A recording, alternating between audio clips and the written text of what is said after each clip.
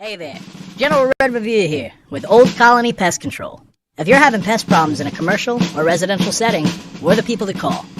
Veteran-owned, based in Massachusetts and Rhode Island, Old Colony has been here servicing your homes proudly, and we plan to keep it up.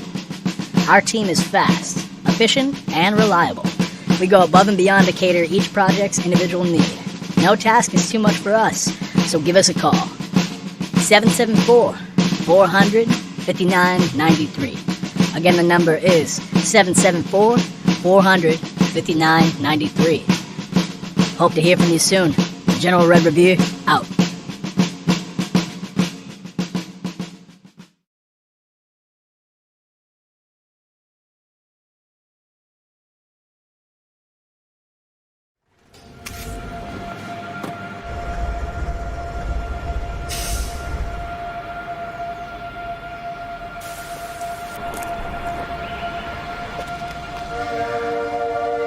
A better job, a better home, a better life.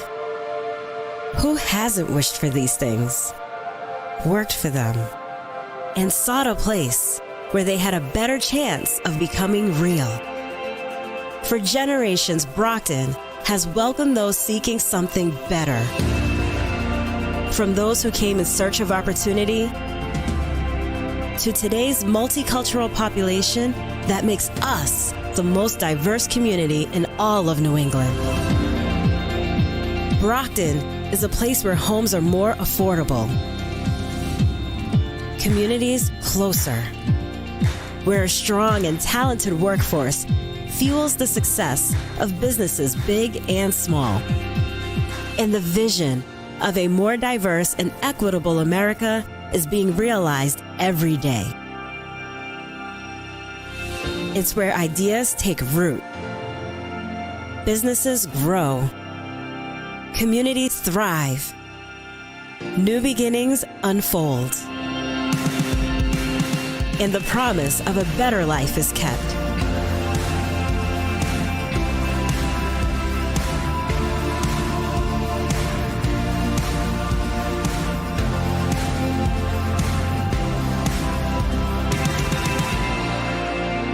Brockton, Massachusetts,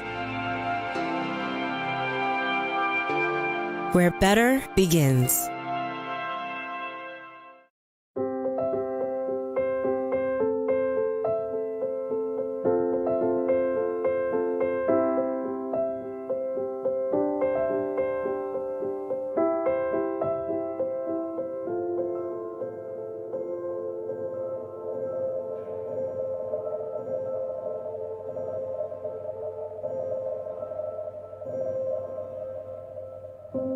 We're here when you're ready. What up, everybody? Kevin Jackson here. If you feel the need and you want to get in touch with the hot topics from today's headlines, you got to check out The Booth with Keith Sinister One Hayes. Tell him Kevin Jackson sent you. It's caught in the crossfire.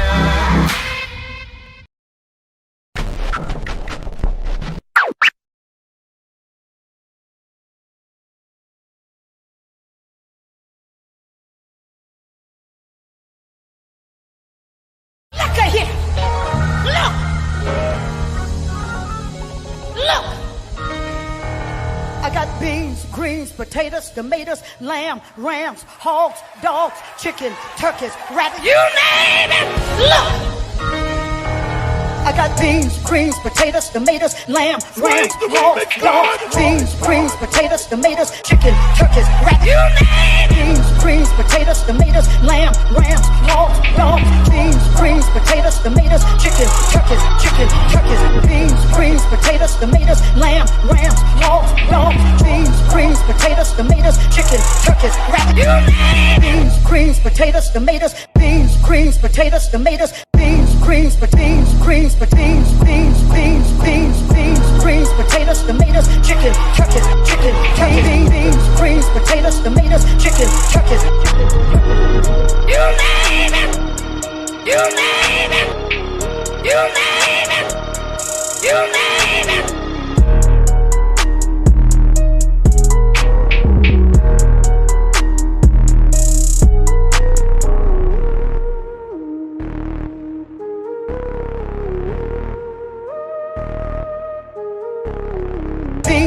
greens, potatoes, tomatoes, lamb, ram, hog, dog, beans, greens, potatoes, tomatoes, chicken, turkeys, rabbit. You name it. Beans, greens, potatoes, tomatoes, lamb, ram, hog, dog, beans, greens, potatoes, tomatoes, chicken, turkeys, beans, greens, potatoes, tomatoes, lamb, ram, hog, dog, beans, greens, potatoes, tomatoes, chicken, turkeys, rabbit. You name it. Beans, greens, potatoes, tomatoes, beans, greens, potatoes, tomatoes, beans, greens, beans, greens, beans, beans, beans, beans, beans, greens, potatoes, tomatoes, chicken, turkeys, beans, greens, potatoes, tomatoes, chicken, turkeys. You name it. You name it. You name it. You name it.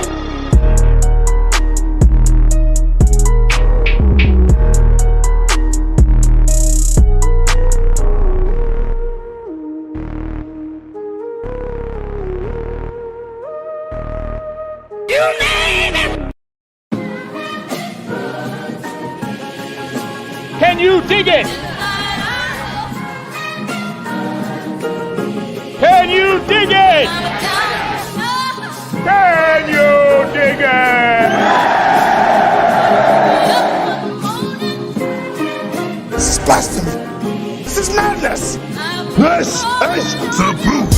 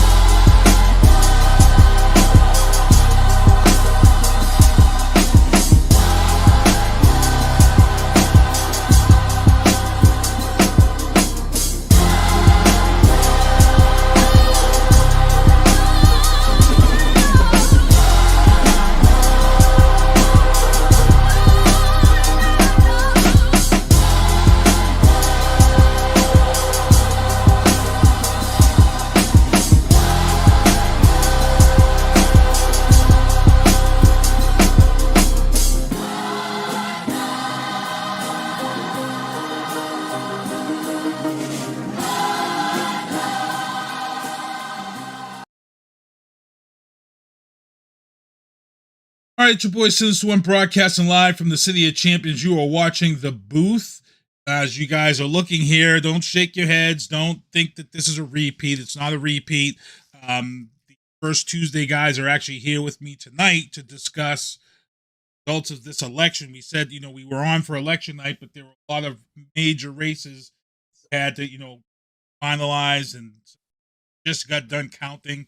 We have two that are headed towards runoff, one headed towards a runoff and one headed towards a recount, even though the Democratic person has, already declared the other person.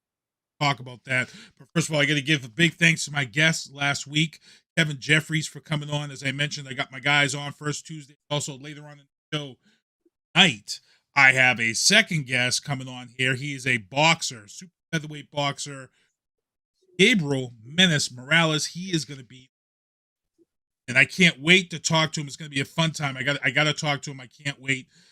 He actually just won his last fight by let's say it was split decision. Get into that. We'll talk about that when he's on. I got to thank him for coming on. Then to close out the show tonight, don't take off right away. Hang on, because I'm going to be showing you guys a special clip of a fan-made trailer of Godzilla versus Gamera. Now, for those who know me, month of November for me is Godzilla month, even though we're celebrating Godzilla Day at the beginning. But me, I'm a Kaiju fan. I'm a big Godzilla fan. I love Godzilla movies.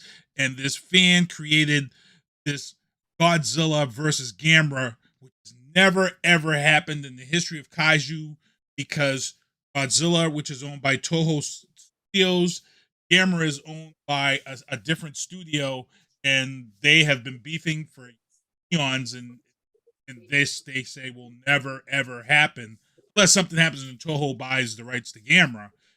Maybe we could see it happen, but as far as we're concerned in our lifetime at this time, this will never happen. So this is the closest that we'll ever see Godzilla versus Gamera. Also, as I said, I got to thank my guys for coming on last week. Kevin Jefferies for coming on. I got my first guys from First Tuesdays on. Kenneth Diesenhof is up in the upper left corner. Rob Resnick is down on the right side. Usually Rob is always up on the top because Rob is usually always here. On time.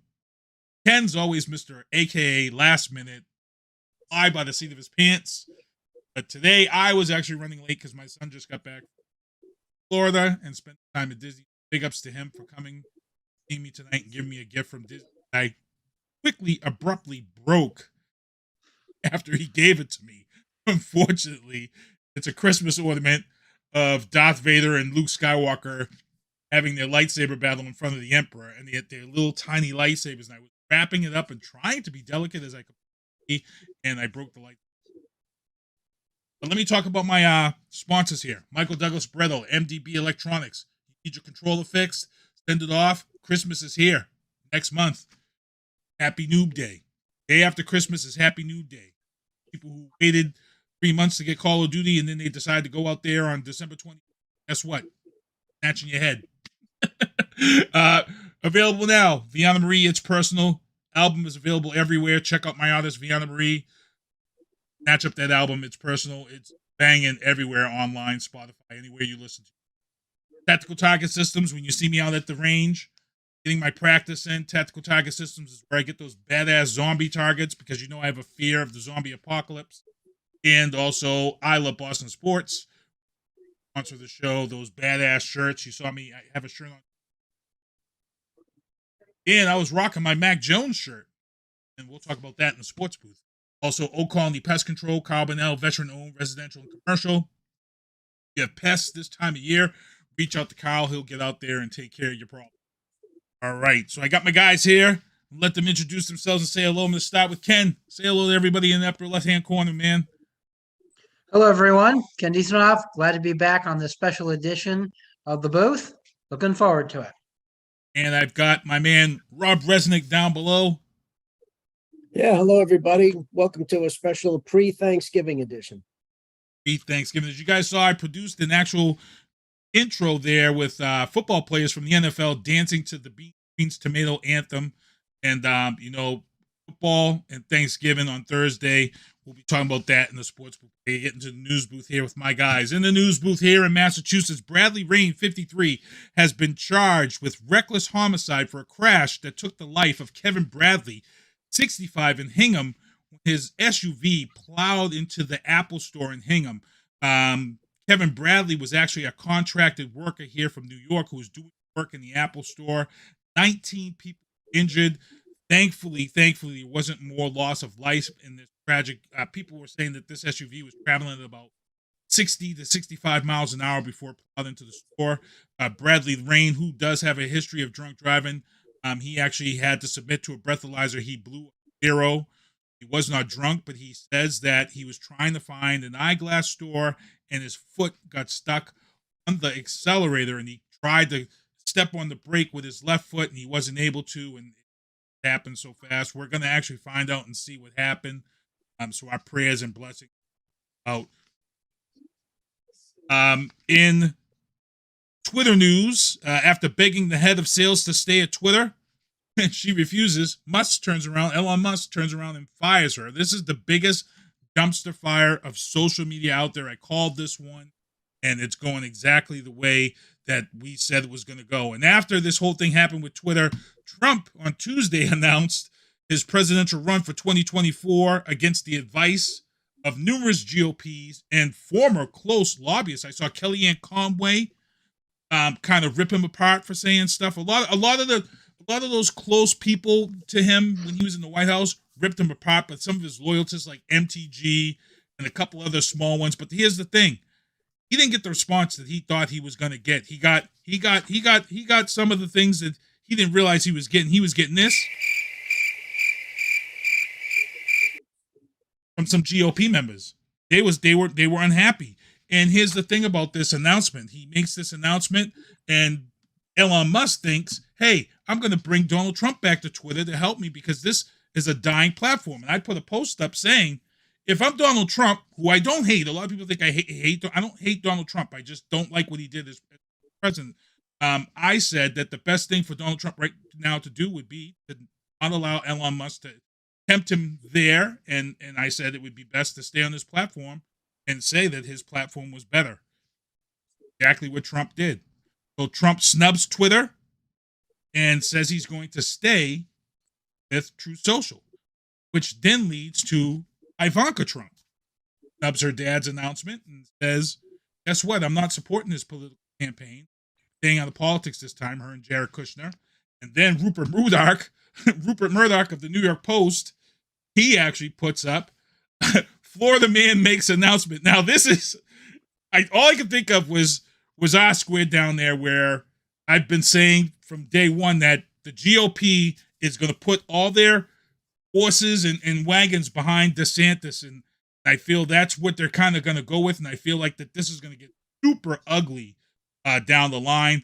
But Florida man makes announcement. This is the New York Post, owned by Fox's Rupert Murdoch. You can't get any pettier than this, number one. Number two, coming from a media perspective, I feel like this is super unprofessional and super biased. And I'm going to go around the horn here and see what these guys think about this, because I felt that this was, I get it. I get Rupert Murdoch doesn't like Trump. He's hated Trump for a while now. But when you use your newspapers, and Osquid, you've talked about this, it's a dangerous thing to do when you start using something that you're supposed to represent the community. Start with Osquid on this. I mean, if you're talking about the Murdoch news agencies, coverage of the Trump announcement, I don't necessarily have an issue with it. The news is what happens in the campaign. The news is whether Trump has any traction this time, who's going to back him publicly or privately, whether he gets the financial backing, which apparently he's losing at the moment. But you don't know, right? I mean, he didn't start with any of this last time, or the first time, I should say. And, while everybody's counting him out, I think that's a mistake. I don't count him out. I'm not saying he's the front runner. I'm not saying I predict that he's going to win the nomination, but I think it would be foolish to think that he has no chance. We're going to have to see what happens. He has that MAGA base locked in. Some people say they're going to shift to DeSantis. I don't know that's true. So it all depends on whether the Republican voters break in some kind of singularity towards a clear front runner, because otherwise he plays catch up like he did last time. So I don't know. Ken, but I thought it was funny. The headline is funny. Florida man, right? I mean, Florida man is a thing. I mean, I think most viewers know that. There's this mythical creature called the Florida man, and so I thought that was a clever play. Ken, because you talk a lot about politics. You've been involved with some of these groups when it comes to voting. What were your thoughts on this? Well, I agree with Rob's point. It was clearly a jab at Trump, even using the famous Florida man, who was usually depicted as someone who is incredibly stupid, doing very foolish things like shoving an alligator down his pants or trying to light a cigarette near a gas station or whatever. Look, Rupert Murdoch, since day one, going back to the 80s, has always blurred the line between journalism and right-wing propaganda. So the fact that now he's taken out against Trump, live by the sword, die by the sword, as far as I'm concerned. As for Trump's announcement, look, I don't remember who it was, but someone said recently, I think it may have been Chris Christie, the problem with Trump is he puts himself above, he's more concerned about himself than the party. And that is absolutely true. Right now, there's a huge civil war in the Republican Party. The MAGA base, while being very influential in the Republican Party, and it is, there's no question about that, can't win an election. We saw this, and if you want, I'll let you get into the election as soon as we can. We saw this in the election. They were absolutely disastrous for the Republicans. And right now, DeSantis is positioning himself to be the MAGA-based leader, but Trump's not giving that up. So you got a big, huge civil war in that, and that's going to be a huge problem for the Republicans. But we can get that when we talk about the election. And then I've said that to people. I said, a lot of people were talking about this Democrat-Republican thing. I'm like, the biggest problem right now is this division of the GOP that's on its way. Trump had 70 million people who voted for him in this last election when Biden beat him out. 70 million people. Yes, the GOP right now is chipping away at that 70 million. My feeling is that they're praying that he ends up going to jail. And I think that's what the GOP is hoping for. And as I get more into the stories as we go on, Elon Musk turns around and he goes ahead and he tries to tempt Donald Trump after Donald Trump revokes him and puts up this post on Twitter, making Donald Trump like a saint, and then Twitter as this temptation of a sexy woman, and he Twitter thing over her private parts. Elon Musk is a train wreck right now. But here's the guy that's playing it calm, cool, and collective. Ron DeSantis, who I'm pretty sure would love to speak out to Trump and some of the bashing that Trump has sent his way. But Ron DeSantis is playing it cool, collective, and quiet right now. I've been saying this. I feel like this is going to be the guy. He's quiet as a mouse. And then, to make matters worse, the Supreme Court came out today, and they are now saying they've cleared the path to allow them to be able to look at taxes. Trying to fight for years and years. So let's touch base on that. I'm going to start with Ken. Conversation of the taxes. Well, again, we beat this issue to death. We know it's in his taxes. We've already seen them. I'm not surprised. Again, Trump has always been trying to fight this delaying action, hoping it's going away. It didn't. He lost. Everyone knew he was going to lose. It's just a matter of time. So they're going to get his taxes. But I don't think there's anything there that we haven't already seen. We've already seen it. The Times leaked it about a year ago, so we know it's in there. I think this is more, how do I put this colloquially? It's more fuel on the fire, but nothing earth-shattering. And getting into the news booth, I'm going to go to Rob on this one. They're now talking about the 14th Amendment might keep Trump from ever holding public office again. A little bit about that, and then we're going to get into some of these results of these elections. One of the lesser-known clauses says that anybody who has participated in an insurrection against the United States is prohibited from holding public office. And so we know that there's plenty of evidence that Trump, while he was still president, encouraged the insurrection of January 6th openly and privately. And, the cases that are being tried right now and the ongoing investigations by DOJ, Congress, and others are only uncovering additional evidence of his involvement in it. There's no evidence cutting in his direction. All the investigating they're doing is showing how more involved he was, not less. And so for the 14th Amendment to kick in, though, there has to be an official finding. And so there are some judges who have alluded to it. There are people in the investigations that have alluded to it. But the question is, does there need to be a conviction? And I think that's a reasonable interpretation, because anybody could say that somebody was involved in an insurrection and perhaps not in the case of Trump, but in the case, generally speaking, could misapply it in some particular case.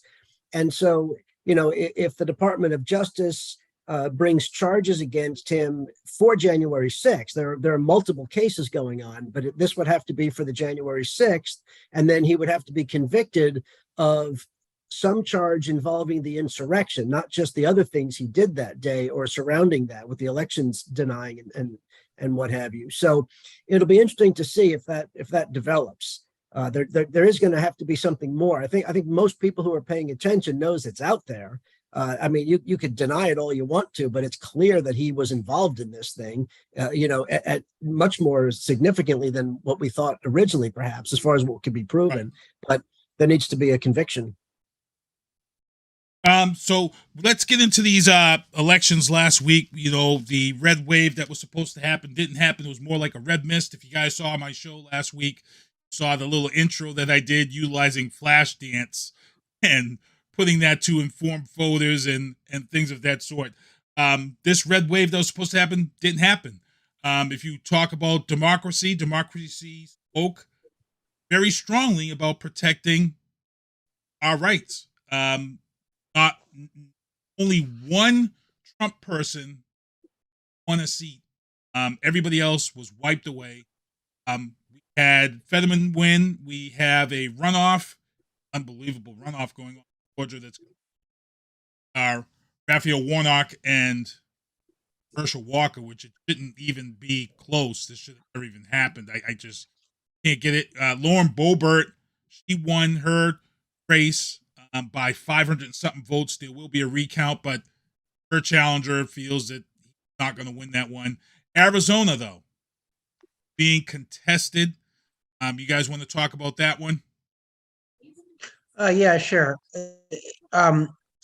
First of all, If I would like to go back and talk about in general terms of the election, if I may. Go for it. Yeah, definitely. Yeah, give your overall. It was no question a bad night for Democrats. They lost the House. Florida was an unmitigated disaster. They ran the tables. Worse than that, the blue wall down in South Florida, Miami-Dade County, Broward County was breached for the first time in history. The candidates which they did beat, they barely beat. Any other election cycle, they would have crushed them. Hell, most of these candidates wouldn't have gotten out of the primaries. That being said, as bad it was for Democrats, and it was, let's not kid ourselves, and I'm saying this as a liberal Democrat, it was absolute disaster for Republicans. This was probably the worst thing that could have happened. And let me explain to you why. Number one, not only wasn't there a red wave, there was not a red wave in a midterm election where gas prices are high and the economy is not doing particularly well, and you've got a relatively unpopular president in Joe Biden, okay?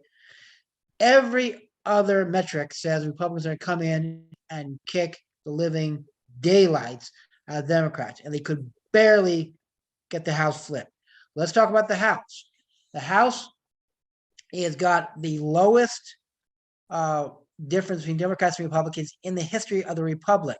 Kevin McCarthy, it looks like, will be Speaker coming next year. He is going to have to try to keep order in that House. All I can say is I wish I had the Excedrin contract for the House of Representatives because I'd make a mint. You've got people in there who simply, you got election deniers, you got people as what Rob used to refer to as the Russia caucus, which I absolutely love that term, and I'm going to steal it. And they don't like McCarthy. You also got the religious conservatives who don't like McCarthy, and you got the corporatists. They're going to make it impossible to get anything done. The worst case scenario is, here's the problem. You got the Republican base that wants something done, and McCarthy won't be able to deliver because anything he gets goes to the Senate and dies because Democrats control that House, even if Herschel Walker wins. And I'll get into that in a second. So you have no one to blame, yet you can't deliver. That's the worst case scenario. Not only that, the MAGA crowd, one of the things that we were all worried about is the MAGA crowd was going to be able to bring in a major victory, especially in the down ballot races. And they utterly and completely failed. Look at Michigan. Look at Minnesota. It miserably failed. Add on to the fact that the religious conservatives were looking for big wins on abortion, and they lost in Michigan, Kentucky, and Vermont. So it's been an absolute disaster in all the three base groups of the Republican Party: corporatists, religious conservatives, and the MAGA crowd. Yet here's the thing. All of them think they won, and they believe the Republican hierarchy ought to placate what they want. This is an absolute disaster. Mitch McConnell was challenged by Rick Scott, although he crushed Rick Scott in the leadership race. The fact that he was even challenged says there's a problem. Now let's talk about Florida. Ron DeSantis ran the tables on everybody. He is now the presumptive nominee for the Republicans. Here's the problem. Does anyone remember another popular governor who was well tied into the right wing of the party, with a huge amount of money backing him up, and came from political dynasty? Anyone sound a little familiar to anyone? Jeb Bush. DeSantis is incredibly unpopular outside the state of Florida. He's going to compete with Trump for the MAGA votes, and here's the problem. The MAGA people are going to demand that they won the election because they're all election deniers, which they got their tail kicked. So you got DeSantis and Trump arguing with the MAGA voters. Who do you have left other than DeSantis and Trump, the Republican Party? Who's the flag? The guy's going to wave the flag. I can't. Nobody. That's why I sank my thing on DeSantis early on. So. Yeah, that's the problem. Is it clearly showed that both DeSantis and the MAGA people piss off moderate voters. So all Joe Biden has to do is not screw up, and he's been doing a pretty decent job, to be perfectly honest with you, since his job. So I would not want to be a Republican strategist right now for all the tea in China, because it's going to be a freaking disaster. Let's talk about the Georgia race. And Reverend Warnock should have kicked Herschel Walker's butt up, down, and sideways. The fact that it's this close to going to run off is an embarrassment. Okay, I'm not going to lie. But here's the important thing. Why would people go out and vote for Herschel Walker in Georgia? At the election they were holding their nose because they want to control the Senate. Now they're not going to get it. So all those people who are willing to hold their nose and vote for Herschel Walker because the men control the Senate aren't going to come out. He's saying incredibly stupid things about everything. He's even worse. The Reverend is raising a ton of money. Obama was just recently out there raising a ton of money. So bad day to the Republicans. Now, let's also, I think we need to talk about two important things. Really embarrassments was Stacey Abrams. Should have done a lot better. Don't know why. Beto O'Rourke in Texas, both rising stars, couldn't even crack into the 50s to make it close. That was a bad day for Democrats. So all in all, like I said, bad day for Democrats, absolutely horrific day for Republicans. Let me get Ron. I want to get Ron in here so I can get him in before we take off. Well, first of all, I agree with pretty much everything Ken just said, so I won't repeat it. I'll just try to add a couple of different thoughts. But before I do, let me just say, I think this idea that Texas is becoming purple, if not starting to lean Democratic, is fool's gold. I thought Beto O'Rourke was a good candidate. He ran an amazing race. He's known in Texas because he's run for a couple of offices, and he got destroyed by a governor who is an extremist. So that tells you that Texas is not really legitimately in play, or else Ted Cruz would have lost already by now, too. Mm-hmm. And as far as Georgia goes, I think you have the same thing. Yes, Georgia was surprising in 2020, and a lot of that was a Trump backlash because he interfered in the runoffs, because most people thought that both Republican incumbents would win those runoffs, and they didn't. And it was very, very close. And if Donald Trump hadn't tried to interfere in that with the election stealing and his interference in the campaign, you would have had both those Republicans who have won. So Georgia is not exactly in play either. It means that anything can happen in a state. That's why we have to have an election. That's why we have to run strong candidates, even if you don't think that the particular party is competitive. You never know what can happen in a race. And that brings me to my point. Throughout the campaign, those of you who read The Corridor or hear us talking on the show, I made several points throughout the campaign. First, that even though 100 years of history, like Ken said at the beginning of his comments, 100 years of history suggested that this would be a disaster for Democrats and a red wave and a red tsunami, they were calling it. And a lot of people thought that was likely, and there were times when it was. However, this was anything but a normal election cycle because enough American voters understood what was at stake here, and it wasn't policy for once. It was the future of democracy. It really was. And if the MAGA race, if the MAGA crowd was able to win some of these races and take majorities, a lot of Americans understood what was coming. And so that was one of the things that I wrote, that this would not be a normal midterm election and that Democrats couldn't afford to lose like historically, because they were writing it off. They were thinking, well, we're going to get our butts kicked anyway. No, you can't think that way. And so part of the other aspects of that would be, I said to Republicans, obviously, they have to take hold of their party again. Mainstream Republicans, reasonable Republicans, traditional conservatives, anything but the MAGA extremists, anything but the terrorists in the Republican Party need to take their party back. We need a traditional, legitimate Republican Party. We can't have the Democrats plus MAGA. That doesn't work because the Democrats are going to blow it. If all they're facing is MAGA, they're going to get complacent and what have you, which is almost what happened in this race when they started seeing who their opponents were. And so I had been saying that the reasonable Republicans, the traditional conservatives, needed to make a difficult choice. They needed to vote for the Democrats in their races, no matter what, because they had to get rid of the MAGA people one way or another, make them lose the election, send a signal that they weren't welcome, that they weren't competitive, so they couldn't win primaries anymore. And enough Republicans did it. That's what happened in the Fetterman race. That's what happened in Arizona. That's what happened in plenty of these other states that we were watching. And so, we were hoping that would happen in Florida. It did not. In fact, Democrats stayed home in Florida, which was really astonishing. But the issue was that Republicans stepped up. Mainstream Republicans stepped up. They either stayed home or they voted Democratic. And I give them credit for that because, I wrote some pretty powerful stuff on that saying you have to do it. You have to do it. This is the country. And enough of them did it. And I'm thankful for it. And I want to commend those Republican voters who did it, whether their candidates won or lost, whatever happened in those races. Thank you for doing the right thing for this country and for your party to get your party back. The other thing I was talking about is Democrats missed a huge opportunity because this was going to be the type of election that was completely against history. Democrats had a huge chance to win the House. And all they had to do was acknowledge the issues that they were ignoring. Democrats, I guess you could call it arrogance, I don't know, but they didn't even talk about some of the issues that were important. Yes, abortion was important, and Democrats talked about that. Democracy was critically important, and Democrats talked about it.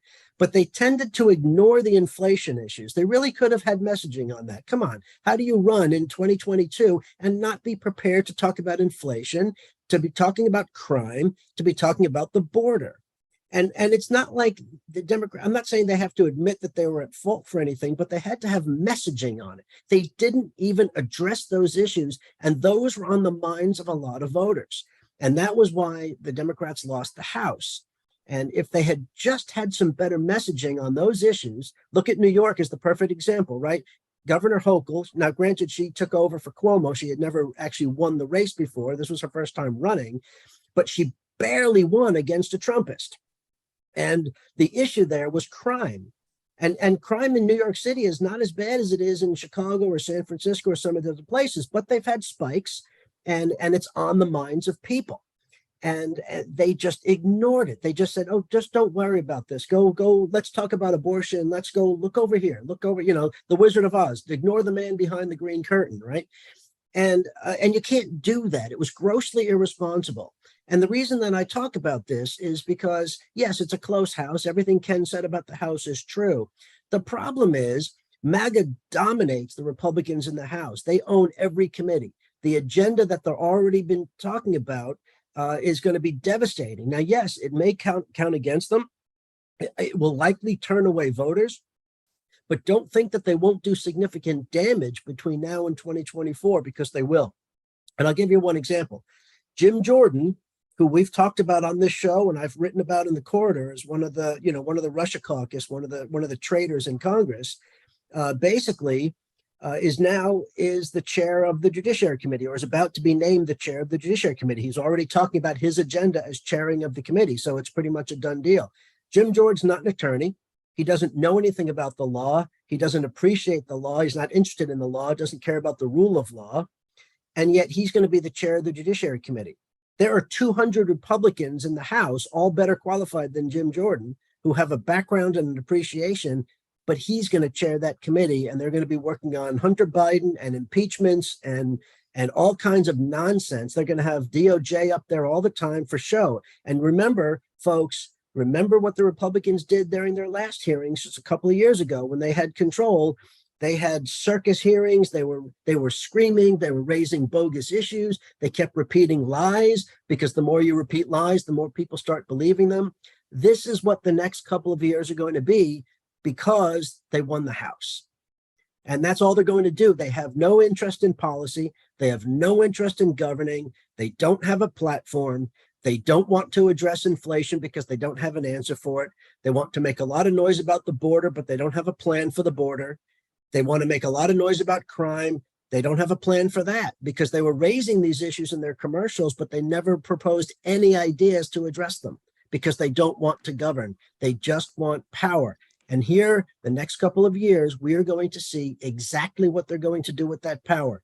And so in 2024, the country's going to have to come together again and defeat that enemy. And we're actually at 7:30. I want my man Gabriel. I know he's in the chat waiting for us to bring him in. But before I let these guys go, I do have one question that I did want to address to Rob, and that is skipping ahead into the Biden bombshells. Texas Governor Abbott this week is sending tanks and APCs down to the Mexican border because he's using an invasion clause for the influx of migrants. If you are a military guy, if you guys don't know him and read Robert's stuff over there, he's a retired U.S. colonel, also a JAG officer who teaches down in Florida.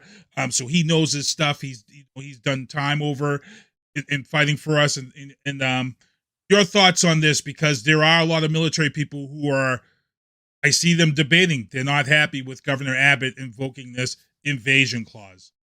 I'll give you the short answer because I want to let Ken weigh in too before we have to run. Because he's an immigration attorney. Yes. Yeah. So two things or a couple of things. First, they're not tanks. They're armored personnel carriers. They're not tanks. They don't shoot tank weapons. They're just armored personnel carriers. Doesn't really matter. I just want to correct the record because they're not actual tanks. The more importantly, this is an absolute misuse of the invasion clause. The invasion clause was a catch-all, was an emergency measure that if the federal government wasn't able to defend a United States border against an invading enemy force, then states could use a stopgap. The states could use their National Guard or what have you to delay the invasion force until the federal forces, until the U.S. military could get there to do it. That's what it was supposed to be used for. There is no invasion. I understand all the problems at the border. I just mentioned it, that it was a weakness in the Democrats' campaign, that they didn't address it. I get it. There's a lot of issues with the border. We can address that on another show. But there is no invading army coming across the border. This is a complete misuse of the invasion clause. Abbott knows it. The people advising him know it. It's a very, very dangerous stunt. We'll see if it works for them or not, because some other governors are going to do the same thing. And this is where we get ourselves in trouble in this country, when we start accepting political stuntery like this, in clear violation of the Constitution, in clear violation of proper procedure, at incredible risk, and nothing good is going to come of this. Ken, who's also an immigration attorney, for how long? Let him know, Ken, because you can speak on this. 28 years. Yeah, everything Rob said is absolutely correct.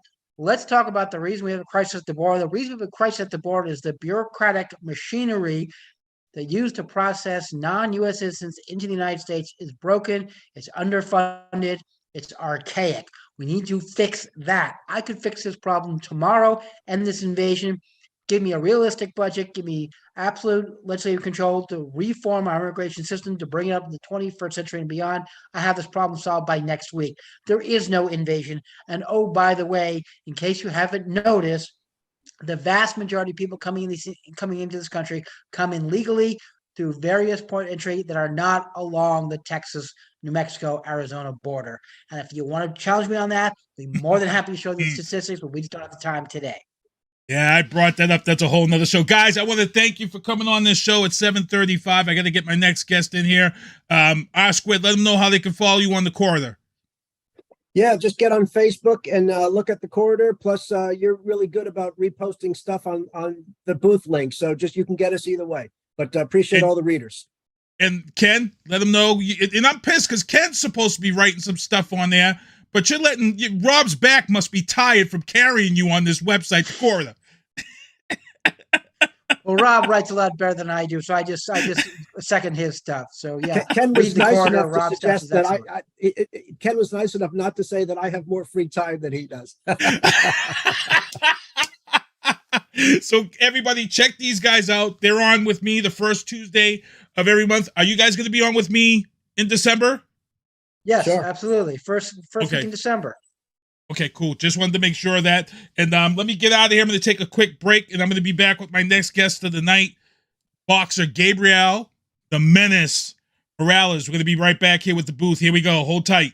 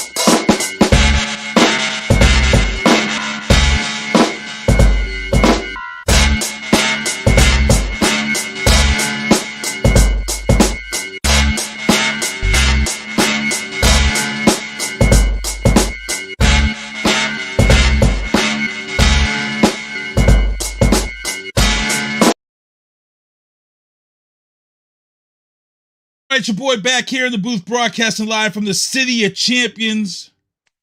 You are watching The Booth, And look, as I said, I want to thank my guys from First Tuesdays, Kenneth Diesenhof, Robert Resnick, for coming on the show with me. And they held it down again to break down the election stuff. But as I said, I'm calling in. You're watching the show. I'm from the City of Champions. City of Champions, meaning Rocky Marciano. City of Champions, Marvin Hagler. And now I got a guy who went pro. He is now 4-0 right now? 5-0. 5-0 after this win in October, correct? So you just beat Kevin Rodriguez at the Down and Dirty to make yourself 5-0. And I got a couple of questions, some funny stuff for you, but introduce yourself, man. Let them know who they talking to right now. My name's Gabriel Menace Morales. I'm currently 5-0 with 3 knockouts. And that's about it. And you here, you doing your thing. Gabriel Morales fights. He's super now super featherweight. For those who don't know, the super featherweights are 126, 130. One of the things I like to ask people, first of all, for those who don't know, some of the famous super featherweights out there, Manny Pacquiao, Oscar De La Hoya, Julio Cesar Chavez, Roberto Duran are some of the most famous super featherweights out there. And I know that making weight and cutting weight and that type of thing is tough, especially in MMA. We see it in MMA where it's real tough. Guys have lost their life. They've had to add classes. This doesn't happen. So for you in boxing, the featherweight, is that close to your walk-around weight, or do you usually have to struggle making your weight? No, it's fairly close to my walk-around weight. So I walk around at like 140, 145. And I usually fight at, like you said, 130, 135. So it's not too much of a weight difference for me. But this last fight was at 130, and I haven't been 130 before, so this was my first time getting down there. So it was a little harder than my usual weight cuts, but it all went smooth. How'd you feel? Because I know a lot, I remember you see a lot of guys, sometimes they drop a lot of weight. They don't like going too low. They come out of it. They may win a fight, but then they say, you know what? I may not fight at that anymore. I might do this because they were off. They can feel that difference there. Yeah, I mean, I definitely felt off. I wouldn't say so much cardio-wise. I felt like my cardio was there 100%. Mm-hmm. But I definitely just felt like I was a little off. My body wasn't doing what my mind was telling it to do at some points, and it wasn't because I was exhausted. It wasn't because I was tired at all. My breath was there, my wind was there. So I definitely think the weight cut definitely it hurt my game a little bit because I was focusing a lot on cutting weight, especially during this camp, and not so much my hands. You know what I mean? Nice. It's funny because you talk about cutting weight, and you just had your fight in October. You've got a fight coming up in January. What's it like for Gabriel to now not have to worry about cutting weight? You heading into Thanksgiving on this Thursday, but not having to worry.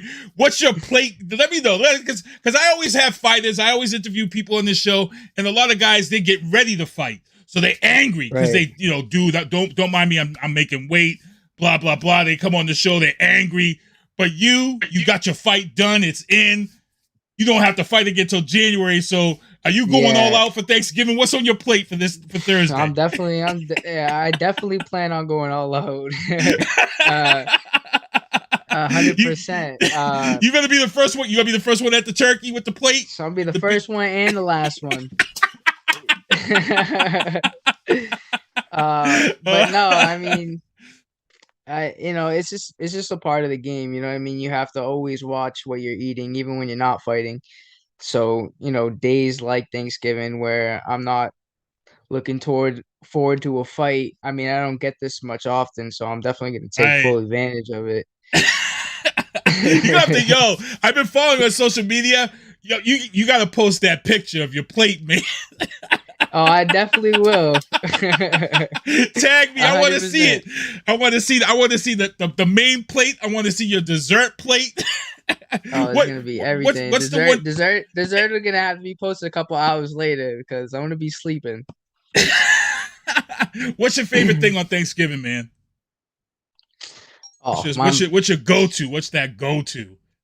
That go to is it's got to be the rice. I love rice. I'm a sucker for rice. No matter, I can eat rice every day.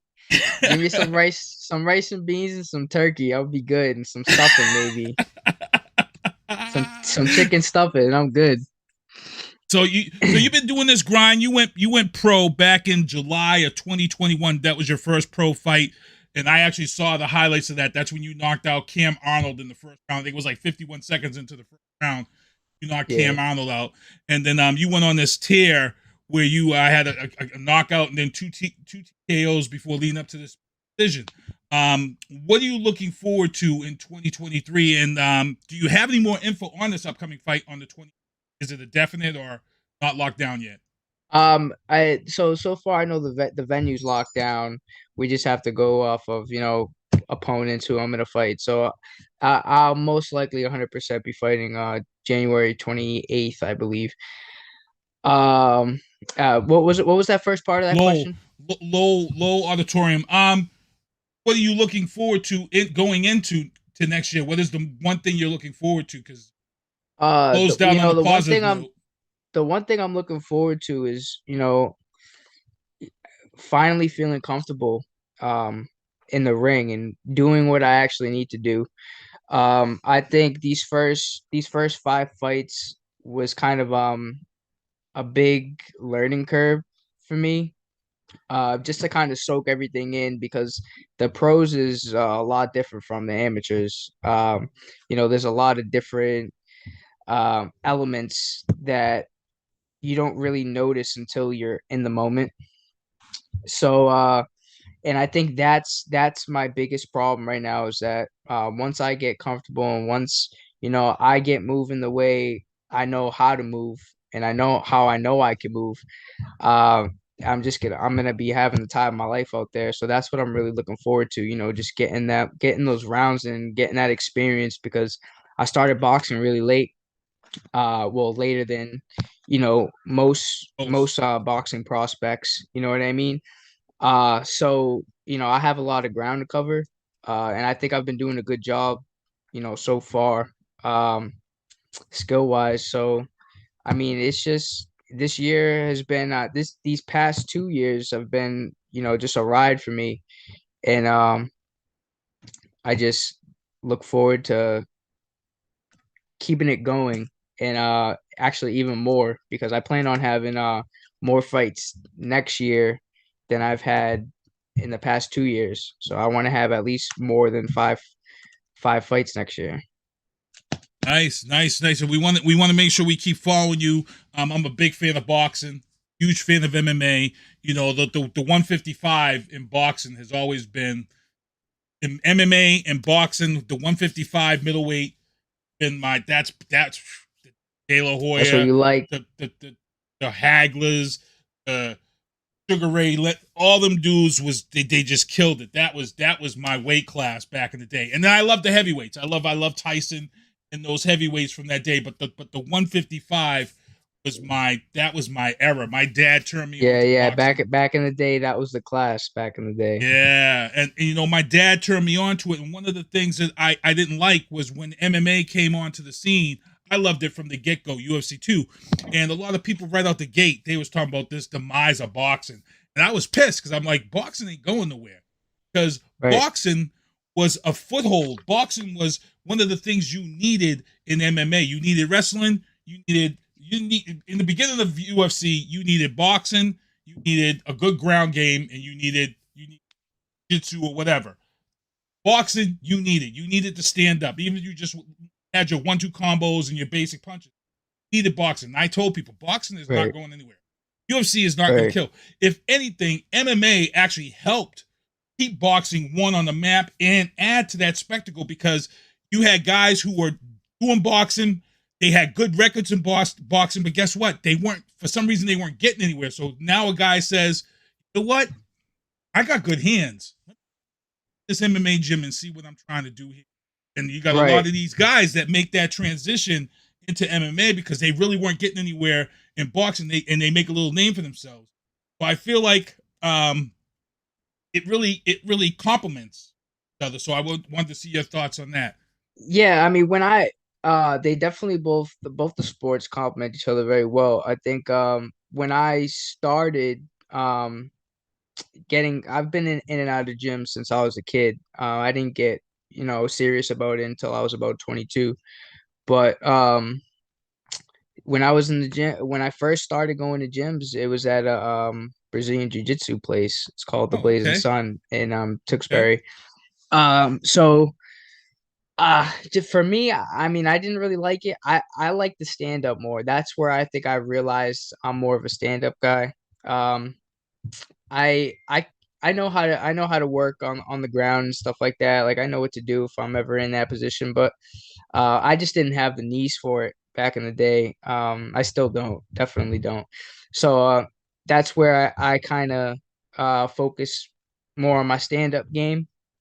And but yeah, no, definitely, both the sports. I think we need both the sports. You know what I mean? Because I think a lot of MMA guys need a lot of boxing guys. You know what I mean? I know a lot of MMA guys who um are great on the ground, but the second they stand up, they're lost.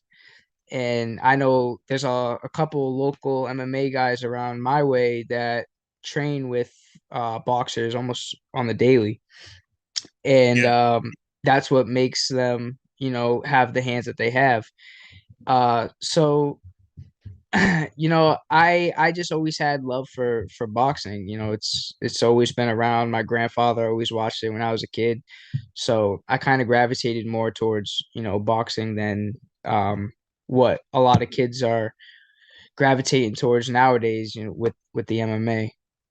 And before we let you get out of here, I got to get into this topic, and I'm about to admit something. My viewers out there, I'm about to admit something for the first time because I have a boxer on this show, and I'm going to talk about it. For the last 5 years, I've had this hatred. I've had this hatred for a certain person out there named Jake Paul, and my feelings with Jake Paul was that, you know what, F Jake Paul. What you're doing to the boxing sport, travesty. I'm pissed. I was pissed for 5 years, and I think after 5 years, after bashing Jake Paul and asking other boxers their feelings on Jake Paul and hoping that they bash Jake Paul with me, after watching Jake Paul have this last fight with Anderson the Spider Silva, which won by decision, and I looked at the money that was made, I looked at the amount of people who tuned in to watch this boxing match. And what I've noticed in the last 3 of his fights, as much as I hate effing Jake Paul and what he's doing to the sport of boxing, he's actually pulling people in who never really watch boxing, who now you can say to them, I could be mad and say, I don't like Jake Paul, but damn, yo, this kid Gabriel Morales is coming up. You want to see a good fight? Check him out. 40% of those people, guess what they're going to do when you tell them that? They're going to go and watch Gabriel Morales fight. And I feel like, you know what? Maybe we're wrong for bashing Jake Paul. Maybe we just let Jake Paul do what he's doing with boxing. But at the same time, hey, bro, check this kid out. Oh, you like that? Oh, check this out. How do you feel on that? Because I'm admitting this right now because I've been beating the shit out of Jake Paul, in my opinion. I gotta agree with you. For the past few years, I think everybody's been bashing his name, which I feel like he's kind of used to that, so it worked out in his favor. But I think people need to give him a little bit more respect than he's been getting. Not so much of who he's fighting, you know what I mean? But just for what he's doing for the fighting community as a whole. Yeah. And that goes for boxing and MMA. You know what I mean? And like the numbers said, are there. The numbers are there because when you see him fight on a Saturday night pay-per-view, and then on Sunday afternoon they have these boxing fights on Sunday on certain channels, they're seeing that translation of ratings. Right, and that's what boxing is. That's what it's a business. You know what I mean? The more eyes you bring to you, the more people are gonna want you on their shows or whatever. But for him, he's just bringing a lot of eyes to the sports. He's fighting to get these fighters more money, especially MMA guys, Yeah. which is well deserved. And I think he gets a lot of respect from fighters more than the actual fans for that reason. Because there's a lot of things that go on behind scenes that the fans don't see. And he kind of brings it to light. As he should, you know what I mean? Because we're going out there and we're putting our lives on the line for other people's entertainment. And yeah, I understand that we signed up for it. You know what I mean? That's what we do. But at the end of the day, no one's trying to get punched in the face for free, and putting their egos on the line in front of hundreds of people. You know what I mean? So I applaud him for what he's doing. I understand he has to step up in his opponents, but everyone says that, you know what I mean? He's starting off his career, you know what I'm saying? And he's fighting a lot of guys that have had that pedigree and been at that level. Yeah, he's taking them at the worst times, but it's all for views, you know what I'm saying? You can't just put a Joe Schmo up against a guy like Jake Paul, you know what I mean? Because that's not going to generate eyes, you know what I mean? You got to put two guys with names that are going to bring something to the table in order for it to be as successful as, it is. Yeah, and, like I said, I'm just admitting this on the show right now for the first time because my view has kind of changed of this whole thing. When he first started this out, I was pissed. I felt like he was just stepping on boxing in the history. And then now that I see it from the business side and what he's doing and what he's bringing, and now seeing the ratings, like I said, I saw the ratings. I've been watching these ratings and I've been watching boxing. I'm like, damn, he's helping out boxing right now. So as much as you hate, can't hate because he's bringing eyes on the sport that might not be. Exactly. And for in his defense too, he is getting a lot better. I seen a couple clips and from when he first started to now, and it looks like, a whole different fighter, as long as he's taking the sport serious, you know what I mean? He's not trying to, because a lot of people, this is a sport that you have to respect, you know what I'm saying? Even if you don't like it, because a lot of people would do what we do. So, just, in order for him to be successful, he just, has to keep on doing what he's doing.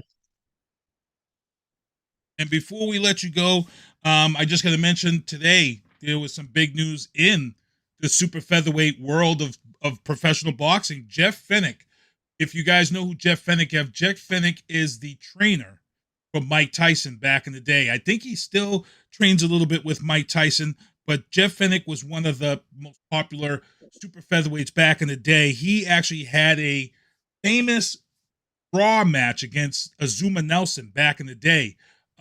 They have finally ruled after 31 years that he actually won that fight. So today, Jeff Fennick was awarded with the title for winning that fight 31 years ago against Azuma Nelson, which was a draw. And if I'm not mistaken, that fight was on HBO 31 years ago today. So congrats to Jeff Fennick, Mike Tyson's trainer, who was awarded that today.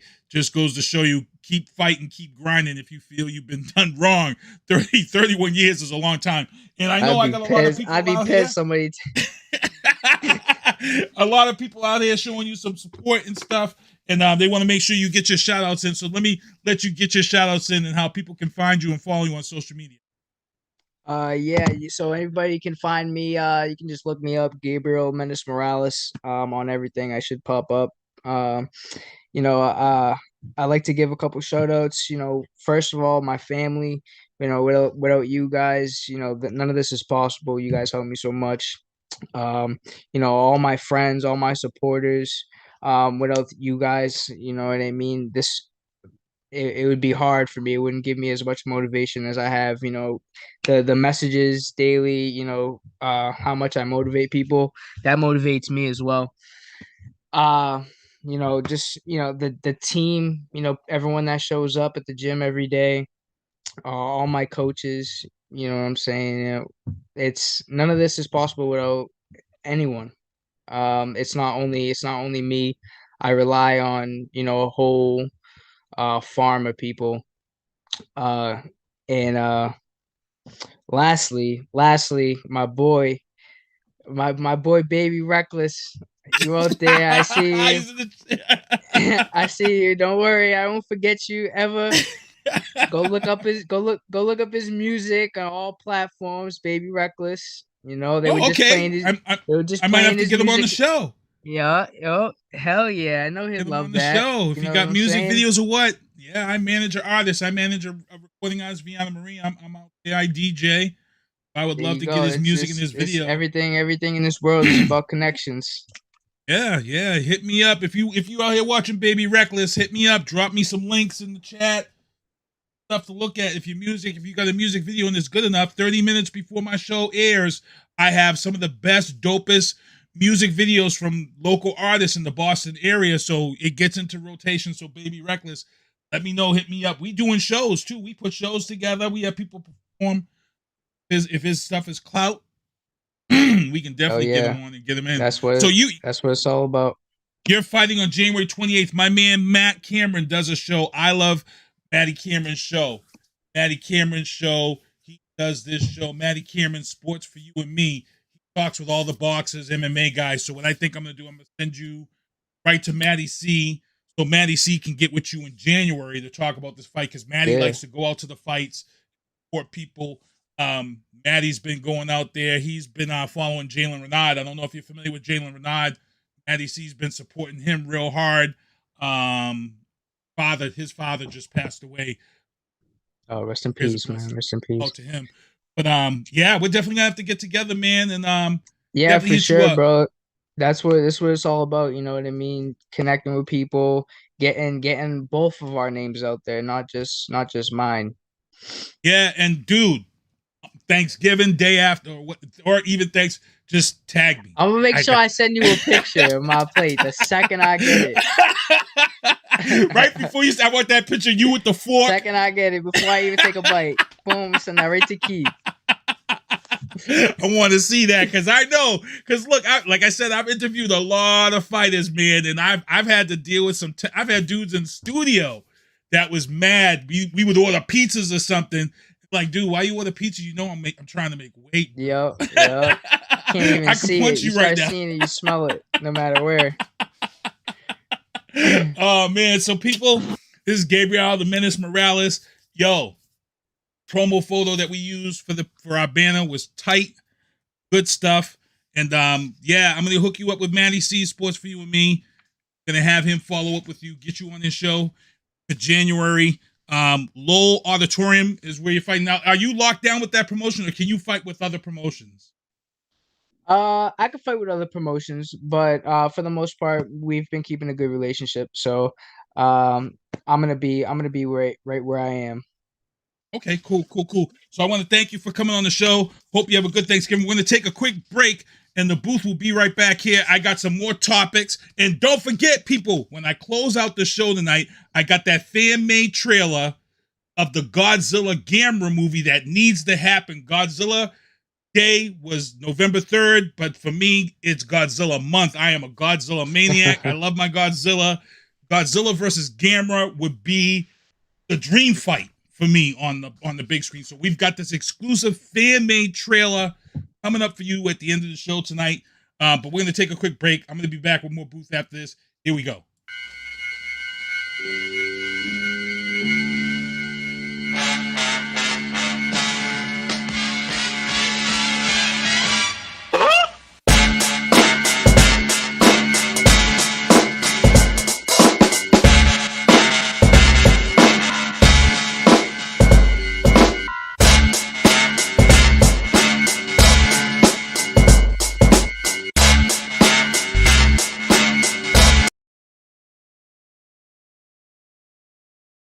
All right, we're back here in the booth, broadcasting live from the City of Champions.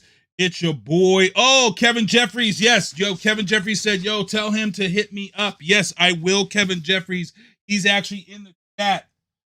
Kevin, hit him up, Kevin. He's in the chat. Gabriel Mendez. Menace Morales. Chat, Kevin. Up, you'll see there. And yes, I know my mic's going in and out. You know why? Because I keep going away from my mic to tap stuff into my phone. And guys are showing me much love in the chat. So I peel away and my noise gate kicks in. And that's about it. Hey, I gotta apologize real quick. I know I'm looking real scruffy here, but that's because Thursday's Thanksgiving, and I see my man Corey down at Eastside Cuts. I see him right to the day before. So Wednesday, I'm scheduled to see my man Corey. And for fellas out there, I go see my man Corey because I get a nice cut. I get the straight edge razor. Corey brings out the hot towel and puts the hot towel on the head after he shaves it and on my face. And I'll tell you right now, fellas, going to the barbershop is nice, but for me, I have a bald head. So when I get that hot towel wrapped around my head after that cut and those pores open up, it's a feeling like you've never felt before. It's the shit's almost orgasmic. Real. That hot towel on the skin to open your pores, your head is just amazing. Amazing. So when you get there, that's why I got a little scruff, because I know Thursday's Thanksgiving, but I want to be hype. So I got to thank my guys, Ken Diesenhof, Robert Resnick, for coming on.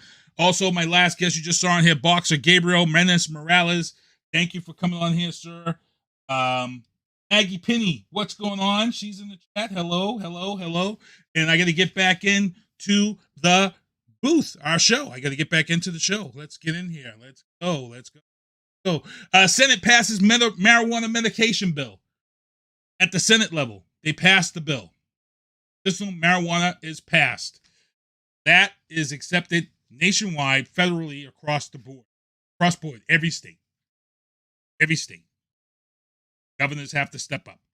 But shortly after the Senate announces and quietly passes the marijuana medication bill, the House passes legislation decriminalizing marijuana. Now, just 2 weeks ago, the House passed this bill that just reached the Senate. You see what I'm saying? You see where this is headed, people? You see, I talked about this on the show. You see where this is going? The Senate just passed the medicinal marijuana bill within 2 weeks. Now, the House has stepped up and now have gone to the next step. And the next step is decriminalizing marijuana. And then that will go to the Senate. If the Senate approves it in a week or two or whenever it gets to the Senate, guess what's going to happen? The Senate, if they decriminalize marijuana, the governors across the country are going to have to step up and make their decisions and do what they need to do. The DOT is going to receive $11 billion to assist police and transportation companies on finding ways of how to test for marijuana like you would do alcohol with a breathalyzer. Why? Here's the reason why. Unemployment is still around. People are still not being hired. Part of the reason why people aren't being hired is because a lot of people are smoking weed and can't pass tests or don't want to take a test. I know myself, a lot of retirees. Once they retired, they started smoking weed, and guess what? I'm not picking up a second job to supplement my hours. I'm smoking weed right now. But if you weren't being tested for weed and you could smoke your weed responsibly and the feds say, it's done. Guess what's going to happen, people? A lot of these people are going to come back to the workforce. Trust to believe me. A lot of these people, if they drop marijuana testing from the DOT and things of that sort, they're coming back. Sports have already dumped it. They've already dumped it. So the House has passed the legislation decriminalizing marijuana. They're going back to 2013, which is 10 years. And those people with federal cases from 2013 to the present will be expunged. 10 years is a fair amount to go back because anybody before 2013 is probably already out of jail for serving it. Whatever. So going back 10 years is I'm pretty excited about that. Keep your eye on it. The veteran who helped disarm the gunman at the gay club in Colorado says he just followed his instincts. He's a retired U.S. Army general. He disarmed Rich Ferrero disarmed this shooter, who is now what we know is the grandson of a California MAGA lawmaker. The question here is how did this kid get a gun after bomb threats and assaulting his mom back in June or July of last year? The problem here is the reason why he wasn't picked up on any radar and stuff is because his mother dropped all charges and the prosecution couldn't move forward, so the case was dismissed. If the case is dismissed, guess what? He doesn't go on the checklist. Incident won't come up in his records if he buys a gun because he just bought this gun. And they did the background check. And the background check allowed him to purchase this firearm. And this charge is being dropped. And I get it. Some people are going to be pissed and some people are going to say that should have came up, but it shouldn't. If the charges are dismissed and you're free to go as a free man, you should not be held accountable. You should not be held accountable because a person could have lied about this and why the charges were dropped. I get it. It's another loophole that can't really be avoided, to be honest. It can't be avoided. In the entertainment booth, rest in peace.